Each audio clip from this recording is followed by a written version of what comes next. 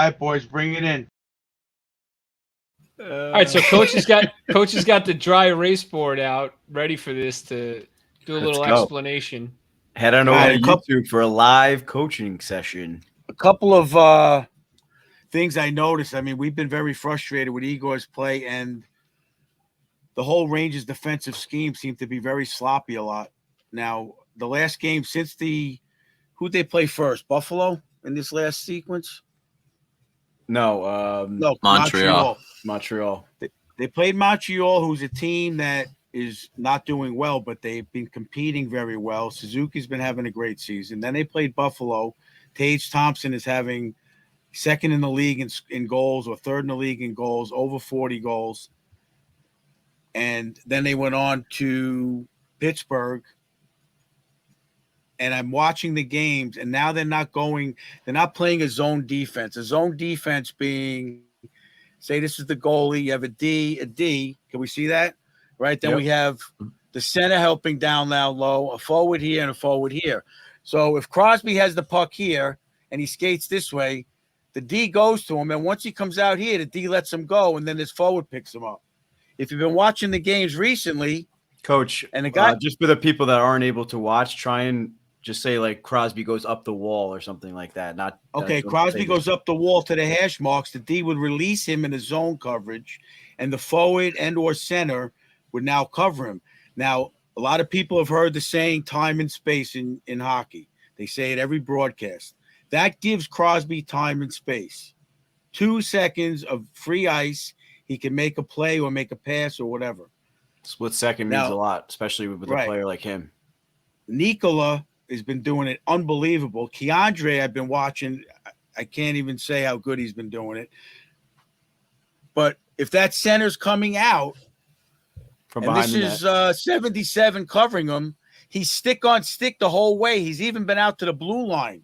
Yeah. Thompson, every time Thompson had the puck, he did not have a half a second to pick his head up and not have a stick in his face. Yep. He was not able to have that freedom, and they held him in check. He even had that semi-breakaway, and I think it might have been Harper who stayed stick on stick with him. They were in his face, body on body, in every zone of the ice.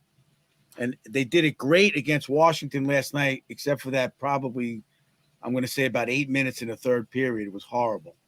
And they let the Capitals take momentum. But you keep an eye on that. They're playing man-on-man coverage, and that's allowing, if he comes out, Shesterkin to come out and challenge, because he knows this D's on a man down here. He knows it's all man coverage, so he's able to challenge, knowing that this guy's got the weak side on the back end, and he's not worried about the rebound, and he's able to take that angle because that guy's got nowhere else to go more often than not. So I couldn't believe it. I was watching it, and they changed their whole scheme. I don't know who was responsible for it, but it was very exciting for me to watch because I thought they did a great job. They played those games where Buffalo is fighting for a position, Montreal's trying to make noise and earn jobs, and they held all their stars in check. I don't think Crosby got anything, did he? No, I don't think so. So, that was the main focus of the defense. Now, the other thing that I want to say is that I think the defensemen, in leading up to that, there's a term called back pressure. You might have heard on the TV or on radio or on other podcasts. I know I've mentioned it. Back pressure is the other team's breaking out in the neutral zone with the puck. So say they have a developing 3-on-2 on our D going this way. Can we see that? Yeah, Yep. Move it over a little bit. Your mic's blocking it a little. If you noticed in the beginning of the season, I noticed there was a lot of lazy back pressure, a lot of lazy back checking. Guys were going for line changes and leaving that alone, leading to odd man rushes. And if you notice in these last 4 games, the odd man rushes were not many. I'd like to know that stat. I think in the Washington game, there wasn't an odd man rush for almost half the game. And against Buffalo, against Montreal, who are all neutral zone, on the rush type teams. They're not grinding teams, more or less. So what the back pressure is when this guy carries the puck, one of the Ranger forwards is on him, not necessarily catching him, but distracting him enough for the D to step up in this area and make a stick check. or maybe inside the zone a little bit, but he has the guy with the puck thinking about something on his back end and the guy in front of him. So that creates less time and space for that guy to make a decision. And the other guys could take over, gives the back checkers more time to get back and help out the other two forwards and so on. So those two things to me in the last 4 games were very noticeable, the effort. I don't know if it has to do with Tarasenko playing at that level, Kane coming in and motivating, just being there, saying, holy shit, we got a chance to hustle a little more, whatever the case is. But the whole atmosphere on the team, I noticed, was a lot more up and down the ice. Yeah, and I think the last 4 games. The back pressure you're talking about there too, what that also prevents is that player entering the zone with the puck from entering the zone and then putting on the brakes and looking for a guy, maybe the fourth guy entering or someone streaking to the net with that cross-ice pass because that guy behind him is coming. You can't do that because it'll lead to a takeaway, right? Right. And it happened. Kako is very good at it, on making that back pressure. Laffy's been doing good with it a lot. Even Hedo's been doing good with it, with his speed. When he gets there, he doesn't do what he's supposed to, but he's been doing well getting back. So I'll say that what you're describing is in both the defensive zone and the back pressure, you really need to have good skaters to accomplish that. And if you look at the Rangers acquisitions, particularly Mott and even Mikkola, right? I think Mikkola is a very underrated skater. He skates with the puck. He moves for a big man. For him to stay on Tage Thompson all the way up to the blue line, and then sometimes they were even staying with him across the blue line, you really have to be able to skate.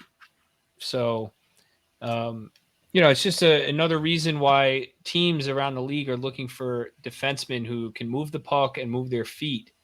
And you're seeing kind of guys like Ben Harper become 6D or fade out of the league, right? The Jared Tenordis of the world, guys like that.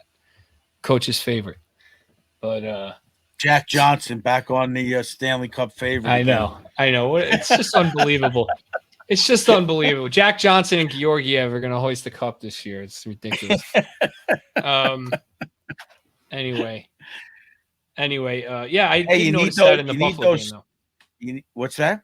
I did notice that in the Buffalo game, and I love that you brought out that it's not really a chalkboard, but dry erase board.